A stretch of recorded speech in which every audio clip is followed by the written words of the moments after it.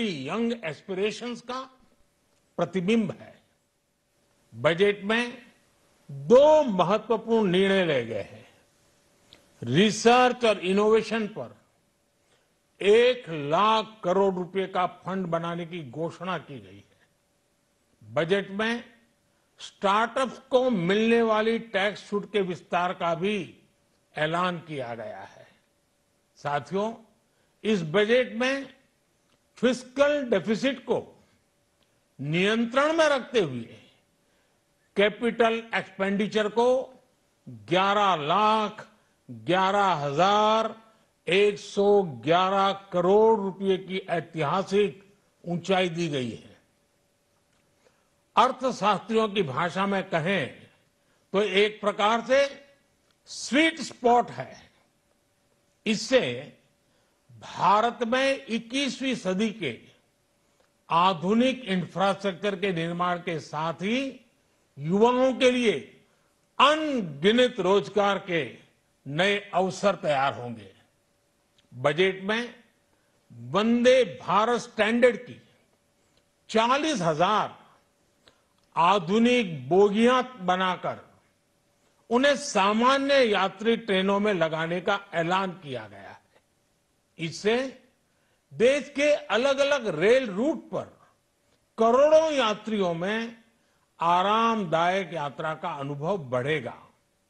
साथियों, हम एक बड़ा लक्ष्य तय करते हैं, उसे प्राप्त करते हैं और फिर उससे भी बड़ा लक्ष्य अपने लिए तय करते हैं। गरीबों के लिए हमने गांवों और शहरों में 4 करोड़ से अधिक घर बनाए। अब हमने 2 करोड़ और नए घर बनाने का लक्ष्य रखा है।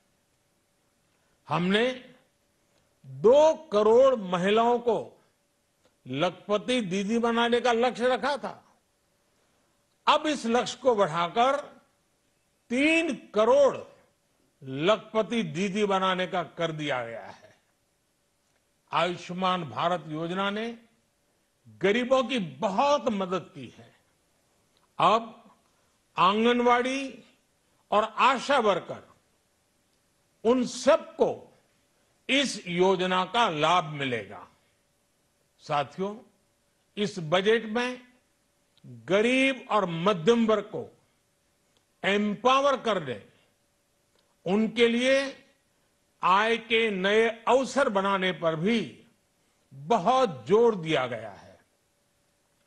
रूफटॉप सोलर अभियान में 1 करोड़ परिवारों को सोलर रूफटॉप के माध्यम से मुफ्त बिजली प्राप्त होगी। इतना ही नहीं, सरकार को अतिरिक्त बिजली बेचकर लोगों को 15 से 20 हजार प्रति वर्ष की आय भी होगी और ये हर परिवार को होगी। साथियों, आज जिस इनकम टैक्स रेमिशन स्कीम की घोषणा की गई है, उससे मध्यम वर्ग के करीब 1 करोड़ लोगों को बड़ी राहत मिलेगी। पिछली सरकारों ने सामान्य मानवी के सिर पर दशकों से ये बहुत बड़ी तलवार लटका कर रखी थी। आज इस बजट में किसानों के लिए भी बहुत महत्वपूर्ण और बड़े निर्णय लिए गए हैं। नैनो डीएपी का उपयोग हो, पशुओं के लिए नई योजना हो, पीएम मत्स्य संपदा योजना का विस्तार हो और आत्मनिर्भर ऑयल सीड अभियान हो। इससे किसानों की आय बढ़ेगी और खर्च कम होगा। मैं एक बार फिर सभी देशवासियों को इस ऐतिहासिक बजट के लिए शुभकामनाएं देता हूं। बहुत बहुत धन्यवाद। 3 कोटी महिलांना लखपती दीदी बनवण्याचं लक्ष्य आहे असं पंतप्रधान नरेंद्र मोदी यांनी म्हटलेलं आहे। अर्थसंकल्पातून विकसित भारताची गॅरंटी मिळतीये असंही मोदी यांनी म्हटलंय। अर्थसंकल्प गरिबांना ताकद देणार, मोदींचं वक्तव्य।